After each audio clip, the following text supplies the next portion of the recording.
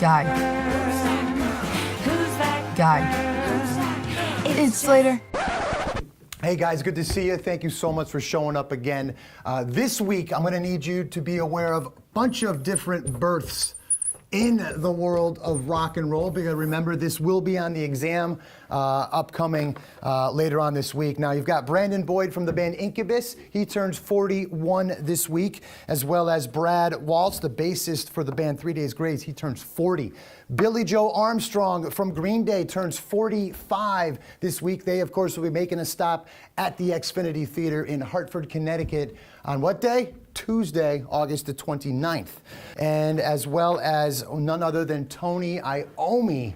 He is turning 69 years young this week. Extra credit for what finger did Mr. Tony Iommi get chopped off when he was working at a metal factory before he became a guitarist? Any answers, any responses, any suggestions? It was his right hand, right hand. He lost the tips of his middle and ring finger on his right hand. In addition to that, we're going to move on not only to births in the world of rock and roll, but deaths. As well, again, similar to last week's situation where we had Cliff Burton born, but he died unfortunately. None other than Kurt Cobain was born this week back in 1967. So extra credit for how old would he have been had he lived? He would be, of course, turning 50. And events this week that happened inside the world of rock and roll. Back in 2002, none other than Tommy Lee was sued by the parents of a young boy who drowned in his pool the previous year at a birthday party held at Tommy Lee's residence. And speaking of Tommy Lee, this was the week back in 1995 where he married the Baywatch actress Pamela Lee on Cancun Beach down in Mexico. She was wearing a white bikini. He was wearing, I believe, just a fig leaf and some grass, like a grass skirt.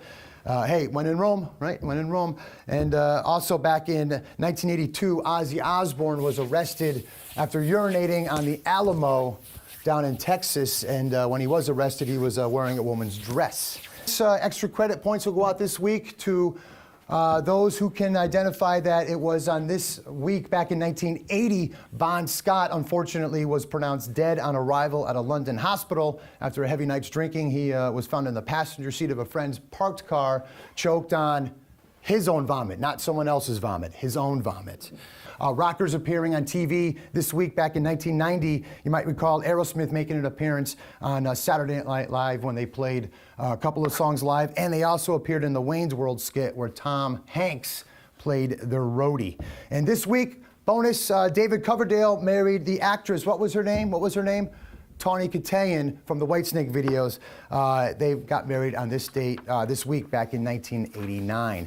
Again, class, thank you so much for your time. And Mr. Hetfield, you will be responsible for a snack next week. Again, Mr. Van Halen, thank you for the pretzels. Have a great week, and we'll see you guys next week. It's Slater.